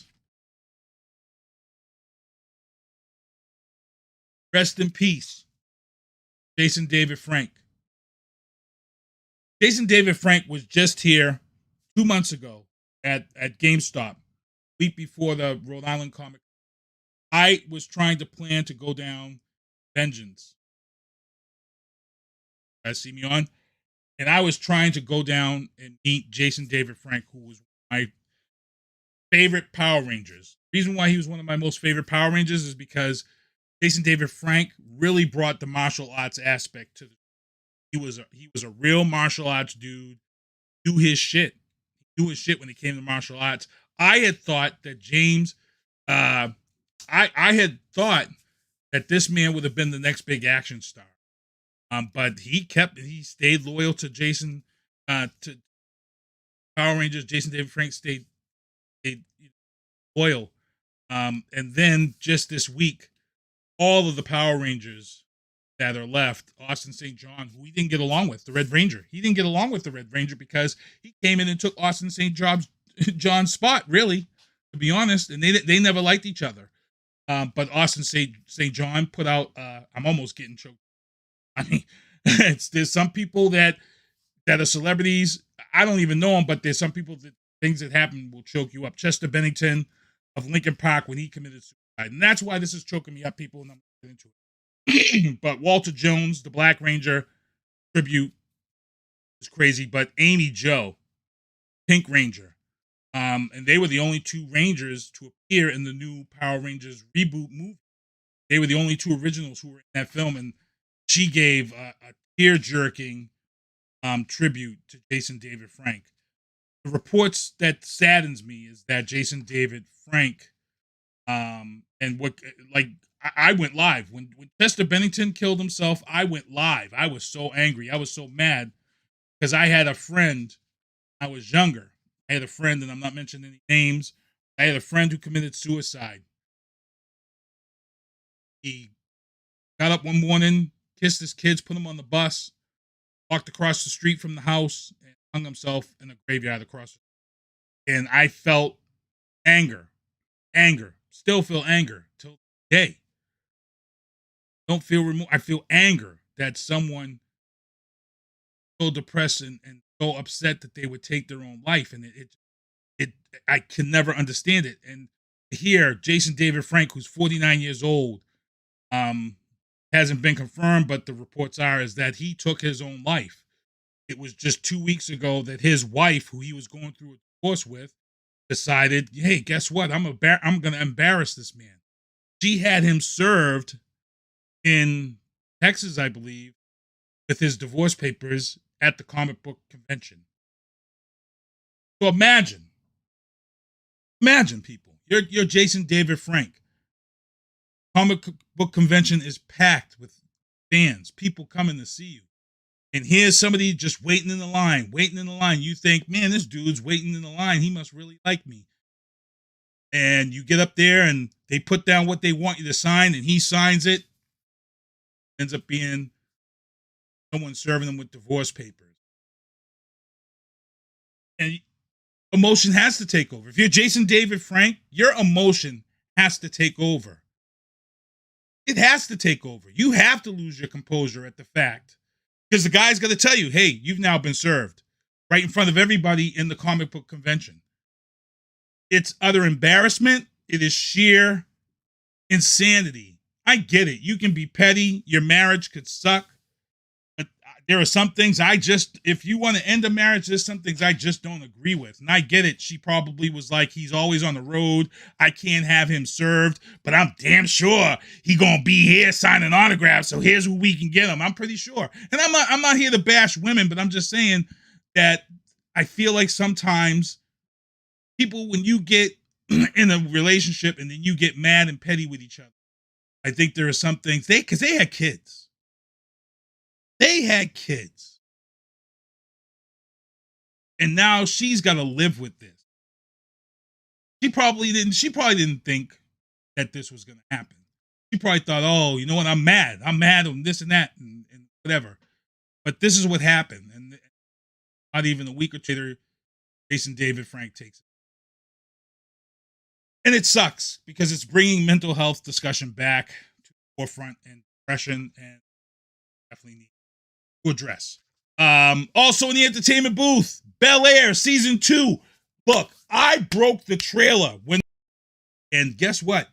They made the show Bel Air. It was a hit show. Here is the trailer for this season's Bel Air season 2. Here's the teaser trailer. Here we go. Life is a series of choices. A world of either this or that. Push for what you want, or let people figure it out on their own. Set your own rules, or disturb the system. Stay true to your vision no matter the cost. Play the game they want you to play, or draw the line, and then simply walk away. We all got choices to make. But this time, no one chooses for me.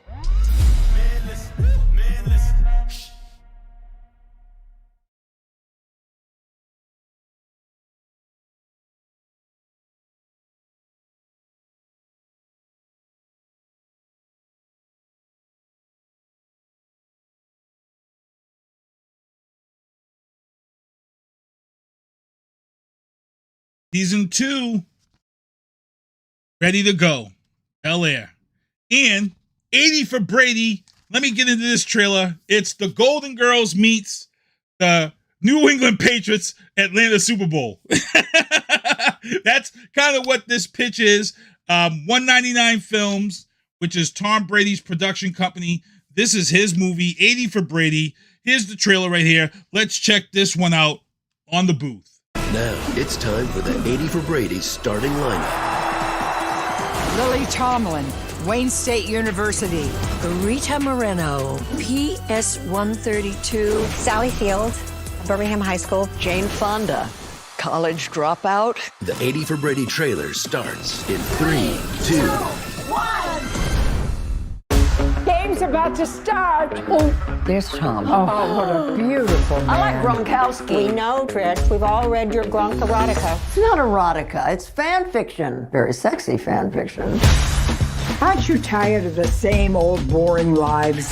Let's go to the Super Bowl. The Super Bowl is no place for 4 old women. This could be Tom's last one. He's almost 40. That's like 80 in people years. Yeah, we're 80 in people years. I just really need this trip.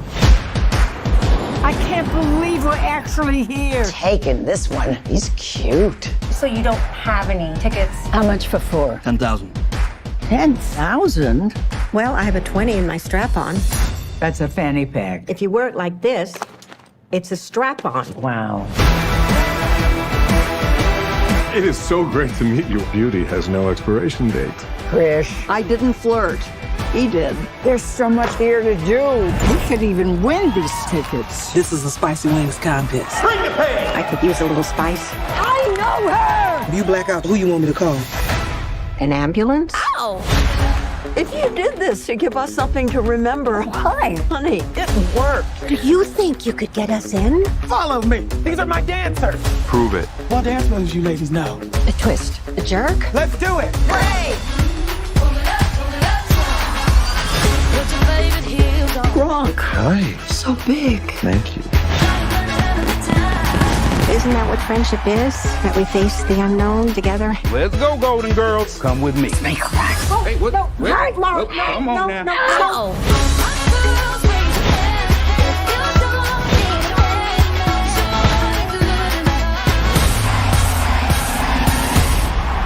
Let's go. Oh my God, that's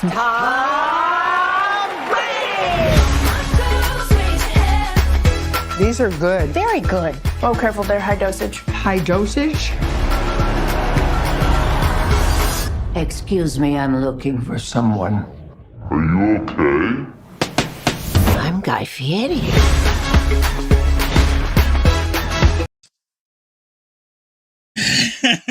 $80 for Brady.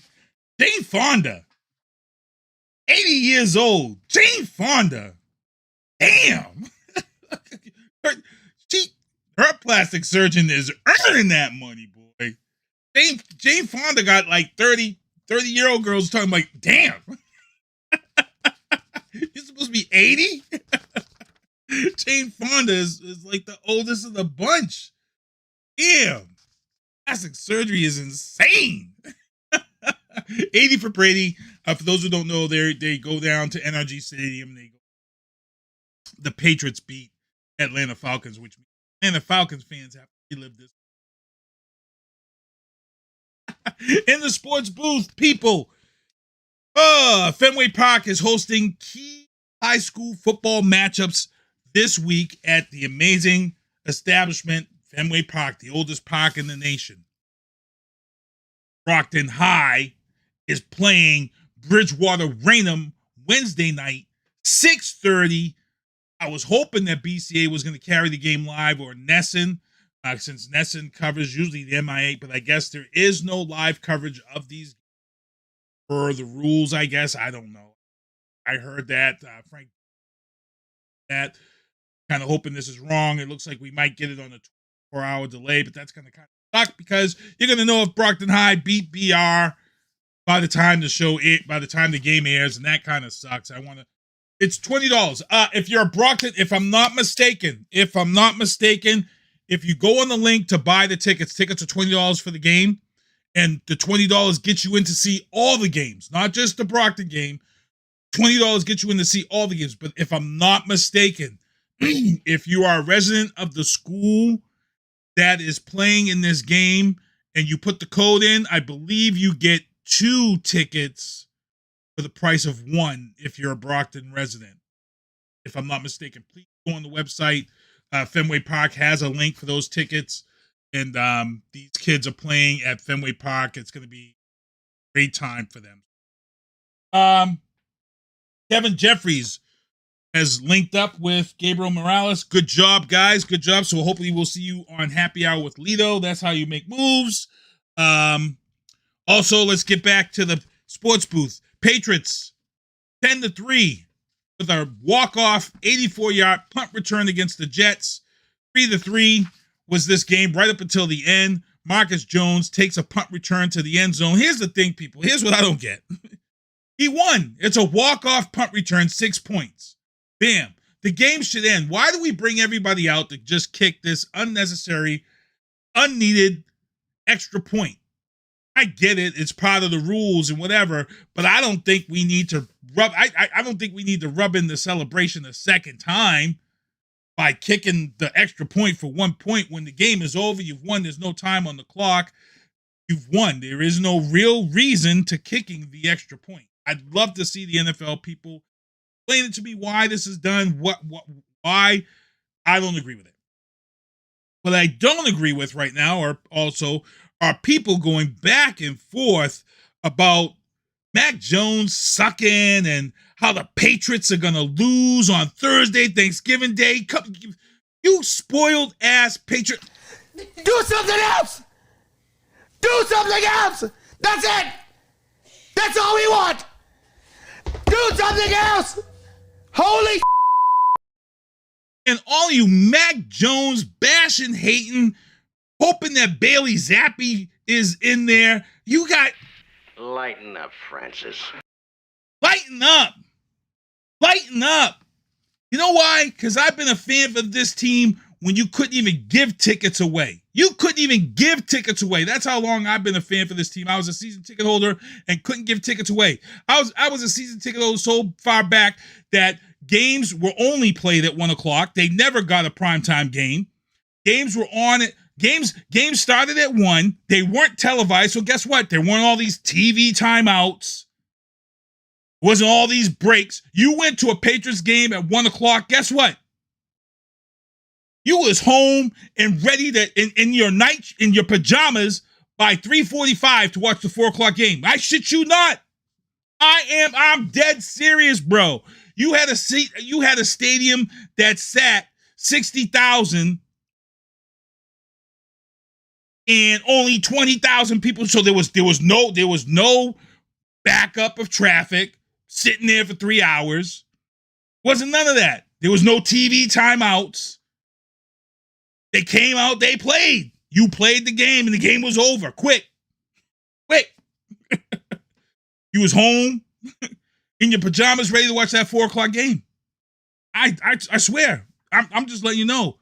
Okay? So all you people, y'all talking about Mac Jones this and Mac Jones that. Mac Jones doesn't suck. The offensive play calling sucks. Mac Jones flourished last year under the play calling of Josh McDaniels. Period. This year, the play calling is horrendous. Somebody had said on my page, Mac Jones can't throw the ball more than 10 yards. Really? Because I remember a 40-yard, 50-50 ball that Mac Jones put up. I also know that Mac Jones toasted the Jets defense this past week.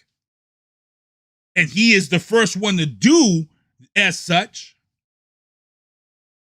Mac Jones is only in his second year. He got hurt partway through this year. He was on a tear before he got hurt. He was on a tear. And don't get me started, because everybody throws up the Brady references. Don't get me started about... Sit down.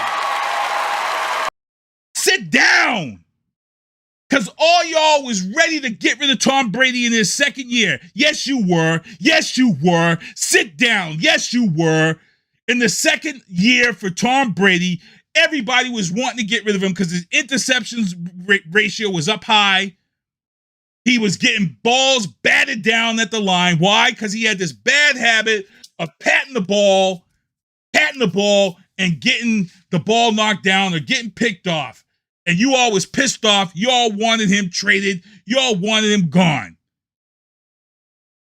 When Brady went down in Cleveland to the dirty hit and Matt Castle came in and Matt Castle tore up the season and then the season was over and everybody was talking about Brady coming back next year, half of y'all was looking to get rid of friggin' Tom Brady then and keep Matt Castle. Yes, you were. Yes, you were. I'm calling you out. I'm calling all you all phony, fake-ass, spoiled-ass New England Patriots so-called fans out there. Yes, you were. Yes, you were. Yes, you were. You, and you know you. And it happened again when Brady went down and Jimmy Garoppolo came in. And all y'all was talking about, let's keep Jimmy G and let's get rid of Brady. Y'all was ready to get rid of Tom Brady so fast for Jimmy Garoppolo. Y'all remember week 4 when the Patriots got their asses handed to them by Kansas City Chiefs? Remember that week 4? I remember everybody calling in the sports radio talking about, oh, we need to blow up Foxborough. Oh, we need to fire Belichick. Oh, we need to trade Tom Brady away before the trade deadline. We just got our asses kicked to the KC. Oh, all y'all was, oh. Sit down. We went and won the Super Bowl that year. So all you people talking all this stuff about Mac Jones, oh my good Lord, oh my. Jesus! God! Tap dancing Christ! Stop it. Stop it. Stop it.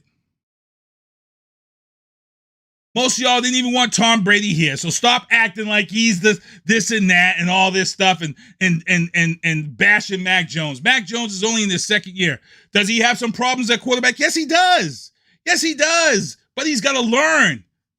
Out of that whole class from that year, who would you rather? Who would you rather? Zach Wilson from the Jets? Because Rob Saleh just said he's not committed to making him the starter because his game was absolutely horrendous. The only guy out of that quarterback class that's really doing kind of better than Mac Jones is Justin Fields in Chicago because Trevor Lawrence was horrible. You want to talk football? You want to talk about who's good, who's nice, who sucks? Let's be real here. Let's be real here. Now let's get on to this conversation where you guys are talking about Minnesota. We're going to get into that. But first of all, I got to give my props to Deion Sanders, Coach Deion Sanders, 11-0. The Jackson State University Tigers, undefeated. Coach of the Year nods. Coach of the Year nods. Coming. Thanksgiving Day. Buffalo Bills taking on the Detroit Lions. Lions are always getting served up. But guess what? They're on a winning streak. Can they keep it going against the Bills? We'll see. Giants and Cowboys always battle on Thanksgiving. Always a good fight. I can't wait for that game. But the Patriots are taking on the Vikings. And everybody's sitting here. They're talking about the Patriots going to lose to the Vikings. They're going to get smoked by the Vikings. They're going to get this to the Vikings. Justin Jefferson's going to do this. Sit down. Sit down. Sit down. Look, I already picked the Patriots to win this game when the season began. Why? Because it's a short week. And stranger things happen on a short week when you have to prepare for somebody. And guess what? The Vikings just got their asses handed to them by the Dallas Cowboys. 7 sacks they gave up. 7 sacks Minnesota gave up. Kirk Cousins on his back 7 times in this loss to Dallas. Dallas is the number 1 team in sacks this year. Let me ask all you Patriots fans out there, who's the number 2 team right now in the NFL in sacks? You want to know who? The New England Patriots are number 2. And who's the leading sack leader in the NFL right now? Matt Judon, number 9, Mr. Red Sleeves. So you all want to come on and talk about how Minnesota Vikings are going to run all over the Patriots this week on Thursday. No, they're not. No, that you're high. You are high. First of all, the Patriots defense, which has been playing lights out, which is one of the reasons why the Patriots have been getting into these games back and forth, why they took Green Bay to the limit, why they took Dallas to overtime. The reason why is because the Patriots defense has been on point for every game this season with the exception of one game. One game. Other than that, Matt Judon has been on point. Godchuck is back. And if you think the Vikings are going to spare one-on-one coverage to keep Judon out that pocket, you're out of your mind. You're out of your mind. Judon is going to draw double coverage all day for that Minnesota Vikings Thanksgiving game. Trust and believe me, that game's indoors. It's in Minnesota. Look, it's about to be ridiculous. And here's the other thing, people. The Minnesota Vikings, guess where they're ranked against the pass?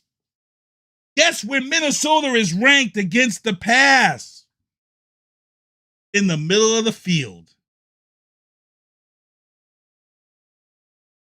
Which means Mac Jones could have a game this week that might shut all y'all up. All y'all who've been complaining about Mac Jones, like I said. Lighten up, Francis. Lighten up. Lighten up, Francis, because you're going to see a totally different game. And they're going to have to open this playbook. Matt Patricia, I'm speaking about you. Now, I'm mentioning Matt Patricia because a few weeks ago, I talked about the special teams coach getting fired. And it's Cam, I forget the dude's last name, but they've now elevated Troy Brown. Troy Brown was the wide receivers coach. Troy Brown is now talking with the secondary and special teams. Troy Brown is now, as you see, speaking with special teams players and making a difference. 84-yard punt return. Don't get me started. The Vikings are coming in here on Thanksgiving, and guess what? This game is not going to be a blowout like everybody says. And I love all my people over at Hot 96.9, Melissa Romero and all them. I heard them this morning saying it's going to be another blowout. It's going to be. No, it's not. This game is going to be closer than people realize. The defense is going to keep it. And look, Belichick ain't stupid. Justin Jefferson is a threat at wide receiver. But guess what? We got the Joneses. We got the Joneses in the secondary. This is going to be a game right here. Justin Jefferson is going up against the number 1 and I think the number 4 safeties, cornerbacks, defensive guys in the league in single coverage, people. The two Joneses are in the top 5 defensive players in single coverage. You know what that means? That means they don't need help. That means they really don't need help. They're good on one-on-one coverage with guys like a Justin Jefferson. A guy like a Stephon Diggs. So let me see you guys next Tuesday when this game is all said and done and you see that this game is going to be decided by 3 or 6 points. It ain't going to be the blowout you all think. I'm just like that right now. Minnesota Vikings have also lost their offensive lineman, Christian Darshaw, for this game. Lost it. Lost your star offensive lineman for this game when you got Matt Judon, the leading sack leader, coming into your stadium on Thanksgiving Day? Sit down. Sit down. Sit down. It's gonna, yo. This could be an ugly game for Matt Judon, people, if they don't double cover. And you're giving up double coverage when you've got an offensive lineman guy down. You're going to see it early. Pay attention to the line. When you watch this game on Thursday, pay attention to the line. By the Bombshells. Talked about Texas Governor Abbott early in the show. Sending tanks to the border. Rob Resnick, Ken Diesel. Talked all about that one. Keep your eyes on that story. Also, CBS broke this stupid-ass story about Hunter Biden's laptop data appears to be genuine. We knew this. We knew all of this. We knew smart, common sense people knew the Russians did nothing with Hunter Biden's laptop. We all knew it. We all knew it, but everybody was throwing around all this stuff. We knew it, which is why they did the investigation into his taxes and his financials to see if this was true. It wasn't true. They found he did nothing wrong. He didn't benefit from anything. So now CBS has released this FBI story leak that Russians never tampered with his laptop as some people have put out there. So, of course, the GOP has jumped on this story and now they're running with it, trying to make it look like this is 2 years ago. We knew this. Stop it, CBS. Stop it. Do something else! Do something else! That's it! That's all we want! Do something else! Holy Ukraine invasion. NATO clears Russia of wrongdoing. The missile attack was not a Russian attack. The missile that struck Warsaw, Poland last week was actually an anti-air defense missile fired by the Ukraine that struck a Russian missile. Trajectory changed, and that missile ended up landing in Warsaw, Poland. Tragedy of war. These are the happens. Of course, NATO had to do a quick investigation, and everybody was ready to hang Russia out to dry and claim this was an act of war and blah, blah, blah. And it was like, hey, wait, because we know what this is all about. We need to dot our I's and cross our T's, and they did, and they came back and fighted everything. Again, thanks everybody for supporting the show. Guys with the beanies, supporting the show. You guys, I love you, and thank you for supporting. Also, check out my shows. Kevin Jefferies was in the chat. Maddie Cameron wasn't in the chat today. I didn't see that, but I got to get him in touch with Gabriel Menace Morales so he can get on Maddie C Sports for you and me. Check out Talk Back with Gloria Shea, Drafting the Circuits, which is on Thursday nights. She Talks Football Podcast, Talk Back with Gloria Shea, and my show, The Booth. Make sure to keep supporting us and watching us and doing what we're doing here. Also, happy holidays from Bat Bus. All buses will be free beginning November 25th to December 31st. All buses will be free from November 25th to the end of the year. So if you want to take a Bat Bus, free. I think I'm going to be taking advantage of that. Back and forth into Boston. That bus will be free. Very Boom Christmas Squad. Very Boom Squad Christmas. That's coming up on December 9th. Vianna Marie is performing live. And want to make sure you check it out. Bring your toys to be donated. Also, congrats to all those nominated artists who have been on the show. The Booth for Boston Music Awards. Destiny Claymore, who was on this show. She was also in the movie Free Guy with Ryan Reynolds. She's been nominated for R&B Artist of the Year. Elion Virtuoso, who performed with Vianna at Prova with us this year. He's been named Latin Artist of the Year. And don't forget, Videographer of the Year, Scott Sandinato, who shot the video Let's Roll for Vianna Marie. He's nominated for Videographer of the Year for a video for Lane and Rex and those guys. And then Mark's Army Book Drive, October 20th to December 20th. Mark's Army Book Drive. Donate your brand new books at Larch Street, 48 Larch Street. And those books will go to those who are in the military overseas and give them something. Also, check out this spot right here. This is Barrows, Alaska. Barrows, Alaska, people. This week, for the next 65 days, Barrows, Alaska. I got to take the earbuds out. So, Barrows, Alaska, the sun went down, and it's going to stay down for the next 65 days in Barrows, Alaska. Guess what, people? I would have been at the store getting my garlic, getting my holy water, getting my wooden stakes, getting all of my vampire shit correct. For those who don't know comic books and horror movies, one of the best horror graphic novels and one of the most violent vampire movies ever, 30 Days of Night, which was based on Barrows, Alaska, in the 65 days of this vampire attack on Barrows, Alaska after the sun goes down.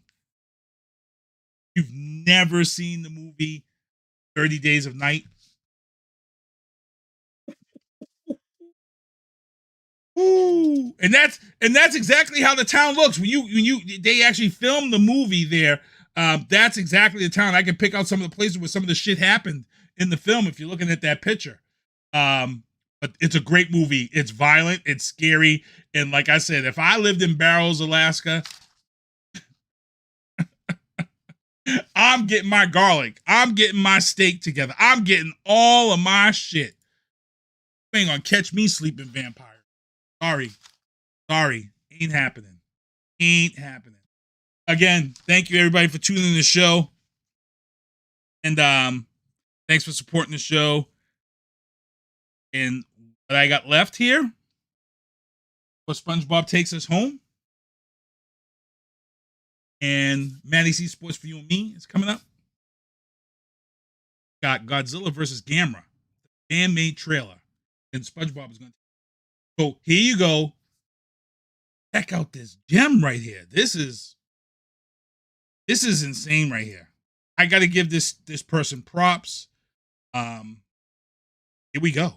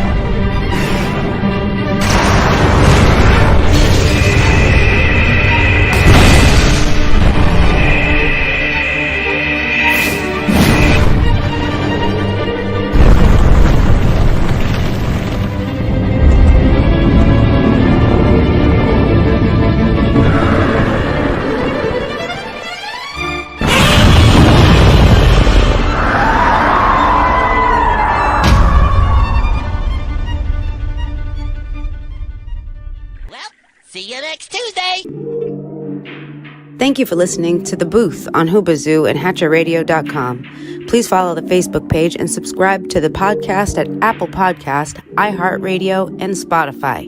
The Booth is a Sinister One production hosted by Sinister One. I've got to start hanging out with friends that are a little more intelligent and understand politics and stuff. It's just that I'm up on this level up here, and all my friends are down here. Me, nah. You guys, nah.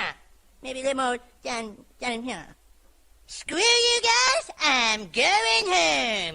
I smoke, I drink, I do my thing. These bitches hating, so you know I got to make it plain. Don't do cocaine, but your chick, my main. We stick together, true forever, yeah, you know we bang. I miss those days, which was easy. If only I made it, bitch, don't repeat. Now that I done upgraded, I've been upstate, and y'all think I'm playing. And I got a hit now for these weak assholes who think I ain't slaying. Try me, and I'll probably end up laughing, cause I never back down. I'm that chick with a clean ass whip, I don't need that shit, I got my own now. I get hard, I get tired of fussing, fighting, guess I gotta crack down. Don't mess with me, cause on everything, I'ma have to bring the whole city out. WHOOBAZOO, that's Hoobazoo.com. Enter website.